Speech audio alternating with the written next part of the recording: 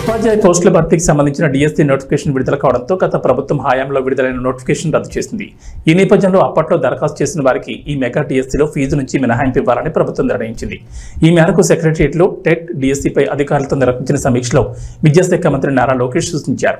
ఎలాంటి విమర్శలకు తావు లేకుండా డిఎస్సీని పకడ్బందీగా నిర్వహించి నియామక ప్రక్రియను పూర్తి చేయాలని అధికారులను ఆయన ఆదేశించారు. టెట్ డిఎస్సీ పరీక్షల మధ్య ఎక్కువ సమయం ఉండాలని అభ్యర్థుల నుంచి విజ్ఞప్తులు వస్తున్నాయి. డిఎస్సీ పరీక్ష నిర్వహణ అంశంపై అభ్యర్థులు, విద్యార్థి, యువజన సంఘాల నుంచి అభిప్రాయాలు తీసుకోవాలి. పాఠశాలల్లో రేషనలైజేషన్ తీసుకొచ్చిన జీవో 117 వల్ల కలిగిన నష్టంపై సమగ్ర నివేదిక అందజేయాలి. గిరిజన సంక్షేమ రెసిడెన్షియల్ స్కూళ్లలో అవుట్సోర్సింగ్ బోధనా సిబ్బంది డిమాండ్లపై అధ్యయనం చేసి సమగ్ర నివేదిక ఇవ్వాలి. వారికి నష్టం జరగకుండా తీసుకోవాల్సిన చర్యల గురించి సమాలోచన చేయాలని మంత్రి ఆదేశించారు.